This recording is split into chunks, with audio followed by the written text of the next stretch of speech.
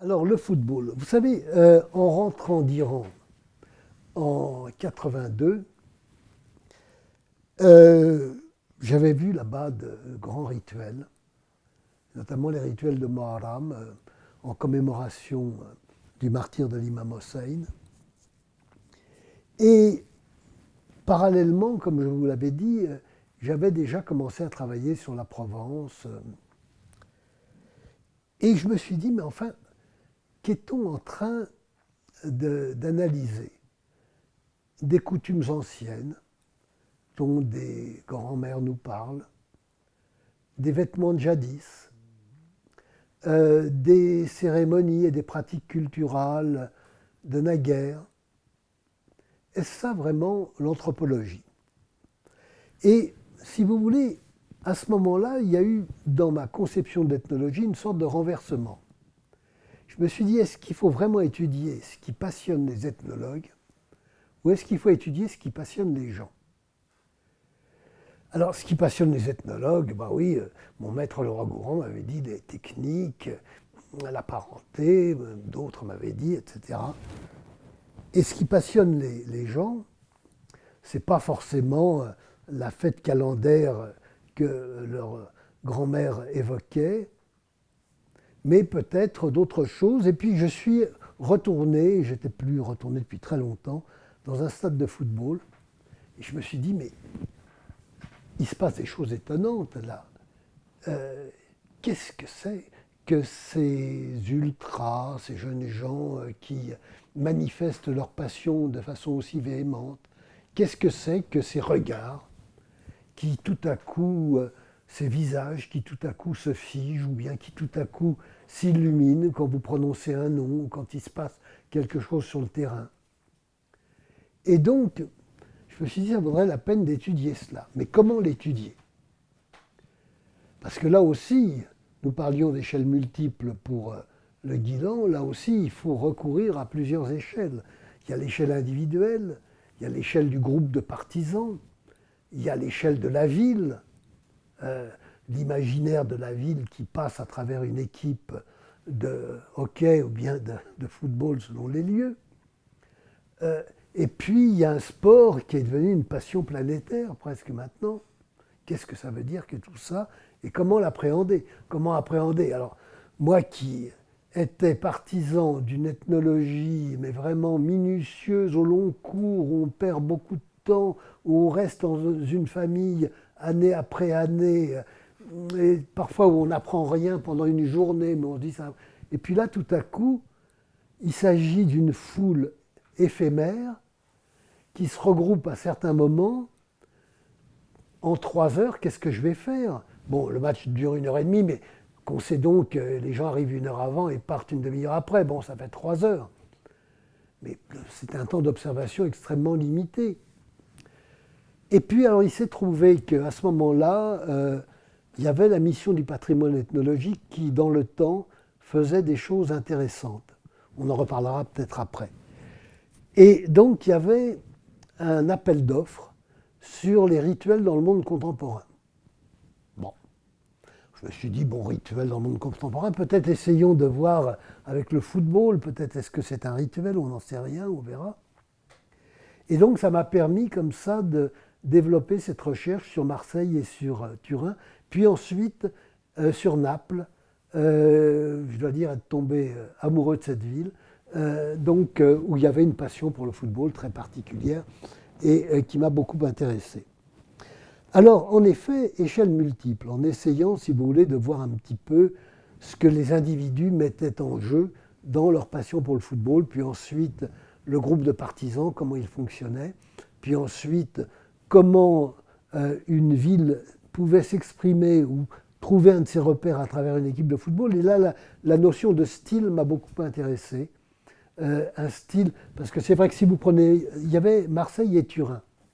Alors à Marseille, c'est droit au but, il faut des attaquants virevoltants, des dribbleurs sur les ailes, des avant-centres percutants, etc. Bon. À Turin, alors c'était autre chose. C'était les 3 S, serietà, simplicità, sobrietà.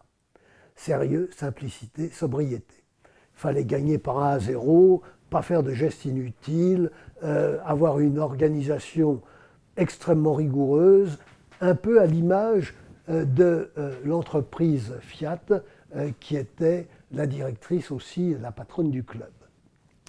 Et d'ailleurs, on voyait bien comment cette culture d'entreprise, cette culture industrielle s'était transposée sur le terrain de football. Donc le style et des gens donc, qui s'identifiaient à cette équipe parce que ça répercutait un peu le style de leur ville. C'était une sorte pour les jeunes gens d'éducation sentimentale, si on veut, aux valeurs de la ville et de la collectivité. À Naples, alors, c'était tout à fait différent. Là, il fallait au contraire l'exploit mené par des avants argentins ou brésiliens. Là, il y avait Gersino et puis il y avait Maradona quand j'y suis allé. Alors là, c'était extraordinaire l'ambiance napolitaine autour de ça. Donc, parce que, et en même temps, dans ces équipes-là de Marseille ou de Naples, l'idée que les victoires en football pouvaient être des revanches sur une histoire difficile, mal comprise, et donc la volonté de faire des exploits pour précisément... Vous voyez par exemple le symbole de Naples, parce que les Napolitains ont un esprit facétieux très poussé, le symbole de Naples c'était Ochucho. Le chucho c'est l'âne. Donc, en général, si vous voulez, une équipe de football se donne des symboles extrêmement, je ne sais pas, extrêmement grandioses. Donc, ce sont des héros locaux, etc. Là, non, là, c'est l'âne. L'âne, parce qu'on donne des coups de bâton sur l'âne à longueur d'année. Et regardez, l'âne, ben, l'âne, il peut dire à tous ces gens d'Italie du Nord qui nous traitent d'Africains, Milano, Verona, Torino, questa è l'Italia. Meglio essere africani. Mieux vaut être africain que d'être. Donc, vous voyez comment ils savent retourner le stigmate pour mieux stigmatiser le stigmatiseur. Bon, bref, il y a là, si vous voulez, quelque chose de tout à fait. Et puis, alors, en même temps, il y avait certes l'exaltation de l'identité locale, mais en même temps, et ça m'a beaucoup intéressé, de voir ce que signifiait au fond cette passion planétaire. Et alors, en écoutant les supporters, je me suis dit, mais il y a là, en fait, une vision du monde particulière. Une sorte de drame philosophique qui s'exprime. Alors, il faut la décoder. Et c'est vrai que le Geertsien que je suis aime beaucoup décoder, si vous voulez, le sens des passions. Et là, je me disais, mais ce qui est extraordinaire dans ce sport, c'est en effet cette vision. Alors sur quoi repose-t-elle? Elle repose sur une exaltation d'une part du mérite individuel et personnel. On va vanter un Maradona, un Zidane, sortis de rien et devenus les premiers. C'est une des leçons un petit peu des sociétés démocratiques, des sociétés du stade. Parce que le stade, quand est-ce qu'il émerge? Il émerge à deux moments de l'histoire. Il émerge en Grèce antique, au moment, nous disait Hegel, où se lèvent les principes d'individualité et d'égalité. Et puis au XVIIIe siècle et au XIXe siècle, quand on peut remettre en cause, théoriquement, les hiérarchies existantes. Je dis théoriquement parce qu'il vaut mieux être fils d'eux que sorti, si vous voulez, des lointaines banlieues, etc., et d'un passé difficile, on le sait bien. Mais l'idéal de nos sociétés, c'est qu'un individu qui n'est rien peut devenir quelqu'un. Qui n'est rien, enfin entendons-nous, hein, qui n'est rien socialement et économiquement. Donc, il y avait cette exaltation du prestige personnel et du mérite personnel, et du fait donc qu'il y avait véritablement là une leçon de démocratie. Les derniers peuvent être les premiers. Mais pour réussir, il ne suffit pas d'avoir du mérite. Il faut encore être solidaire. Solidaire dans une équipe. Parce qu'alors on va conspuer celui qui passe son temps à faire des dribbles sur son aile et puis qui ensuite est incapable de se débarrasser du ballon. Il faut savoir avoir l'esprit d'équipe, savoir faire la bonne passe au bon moment. Ce qui fait d'ailleurs que les grands joueurs, ce sont ceux qui ont une vision périphérique du jeu, qui savent adresser la bonne balle au bon moment. Moi, j'ai une admiration très grande pour Griezmann, par exemple. Je trouve ce joueur étonnant. Tout à coup, il ne regarde même pas, ou il regarde juste, et puis paf, il envoie le ballon là, au joueur démarqué, au lieu de se faire plaisir lui-même en dribblant l'adversaire le plus proche et qui peut être plus faible que lui.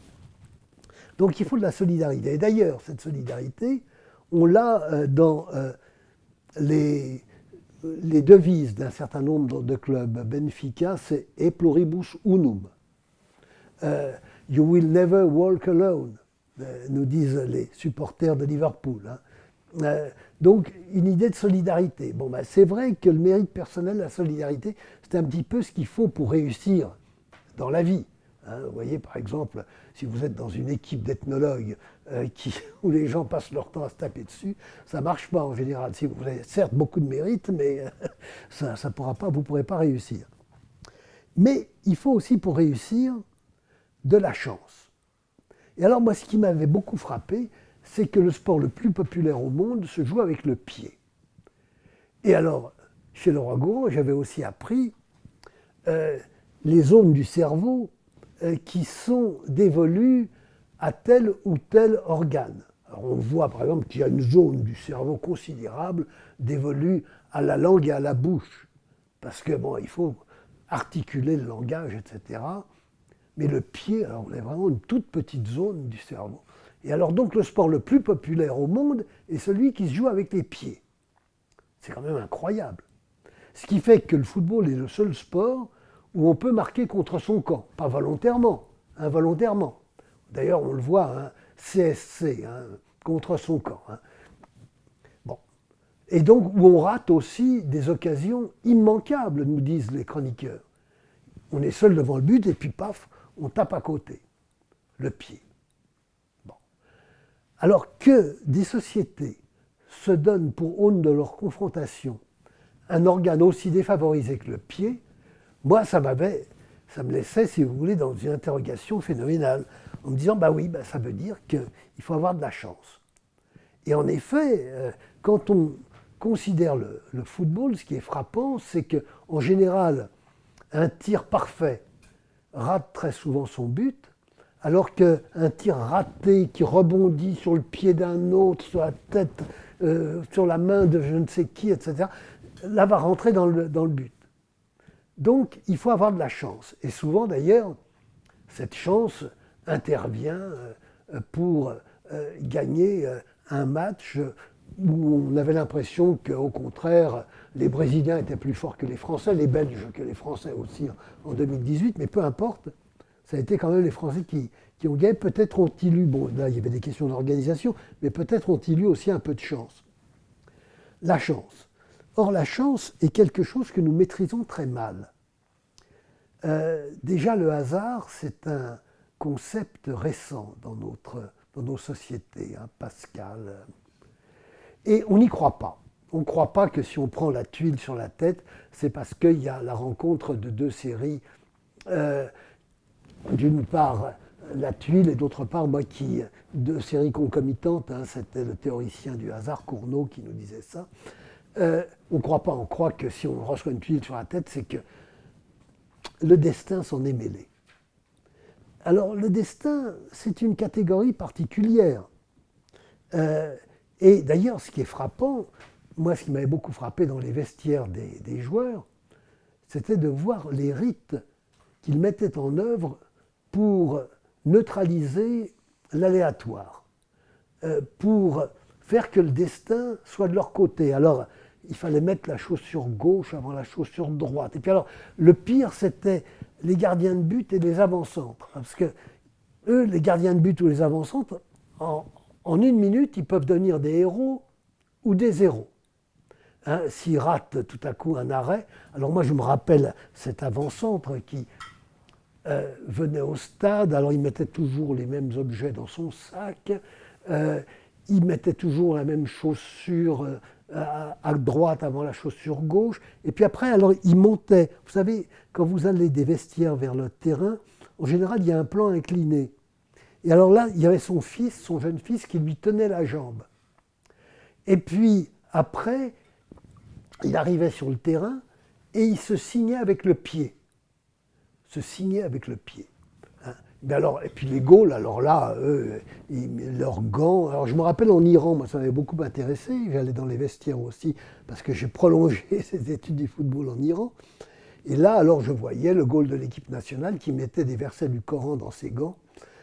Ou bien encore les joueurs qui passaient sous le Coran quand ils sortaient du vestiaire, donc pour mettre toutes les chances de leur côté. Hein. Donc la chance, c'est quelque chose d'extrêmement important. D'ailleurs, je vois comment, en y croyant sans y croire d'ailleurs, je sais bien, mais quand même, hein, c'est un petit peu comme les étudiants, vous savez, qui prennent toujours le même stylo pour écrire leur copie d'examen. Parce que ça a marché une autre fois. Oui, je sais bien, c'est idiot, mais quand même, on ne sait jamais. Hein. On ne sait jamais. Et ça, c'est intéressant sur le statut de la croyance dans nos sociétés. Hein, on ne sait pas. Peut-être que, oui, je sais, c'est idiot, mais bon, je vais le faire quand même. Alors, il y a ça. Il y a le mérite, la solidarité, la chance. Il y a aussi une catégorie pour réussir qui est assez importante. C'est savoir tricher à bon escient. Et oui, parce que, vous comprenez, si vous trichez sans arrêt, si vous tombez sans arrêt, les arbitres, ils se donnent le mot, ils savent que vous trichez, que bon, ils n'y prêtent plus attention et ils ne trouvent pas que... Bon. Mais si vous trichez à bon escient, c'est-à-dire pas au milieu du terrain, mais près de la surface de réparation, et si vous ne le faites pas tout le temps, mais en voyant bien... Moi, je me rappelle un arrière, qui est devenu pourtant un arrière international de haut niveau, qui me disait « frappe, mais frappe discrètement ». Donc, oui, lui, il avait compris comment il fallait faire. Et donc, il faut savoir aussi tomber à bon escient, de même qu'un étudiant, bon, il peut un petit peu tricher, regarder sur le voisin, mais enfin, s'il regarde sans arrêt, etc., vous allez lui dire, non, écoute, ça suffit, dehors, maintenant, c'est terminé. On ne peut pas, comme ça, regarder sans arrêt sur la copie du voisin. Donc, savoir tricher à bon escient, et en même temps, avec une justice qui était, jusqu'à ces derniers temps, très particulière, puisqu'il fallait, pour l'arbitre, savoir en une seconde si le joueur était... je ne sais pas si vous savez ce que c'est qu'un tacle. Oui, si le tacle était régulier ou irrégulier, si la main était volontaire ou involontaire, il fallait que vous décidiez de ça en une seconde, immédiatement. Maintenant, alors, il y a un système beaucoup plus compliqué, mais je ne suis pas sûr qu'il soit meilleur d'ailleurs, qui est, oui, il y a des gens avec une... C'est dommage d'ailleurs, parce que ça déshumanise la justice. Il peut y avoir une justice favorable comme une justice défavorable. Et vous voyez, donc, pour réussir dans la vie, il faut du mérite, de la solidarité, de la chance, savoir un petit peu tricher. Bon, quand il y a un poste, il faut savoir comment faire pour l'avoir. Et puis, une justice favorable aussi. Mais regardez, si la justice est défavorable, alors moi je me rappelle, c'était magnifique, ce que me disaient les supporters de Naples. Piove sempre sul bagnato. Il pleut toujours là où c'est déjà mouillé. Hein. Donc, une certaine grandeur. Hein. Donc, l'arbitre est toujours contre nous, on n'a pas eu de chance, etc. Et alors, vous voyez comment, en même temps, d'ailleurs, ça nous donne des leçons extrêmement graves sur l'état du bonheur dans notre société. On ne peut avoir du bonheur que si d'autres ont du malheur. Les biens sont... le bonheur est en quantité limitée. Et mon bonheur est fonction du malheur des autres. Et le match nul n'est jamais une bonne solution. Le match nul, non. Et donc, ce qui avait beaucoup choqué, d'ailleurs, j'en ai parlé avec Lévi-Strauss, ça m'amusait cette histoire. Il citait les Gaokugama, je crois que c'est dans La Pensée sauvage, qui joue autant de parties qu'il est nécessaire pour que s'équilibrent les victoires et les défaites. Donc pour que personne, il n'y ait pas de malheur, si vous voulez. Alors là, donc, mais nous avons au contraire une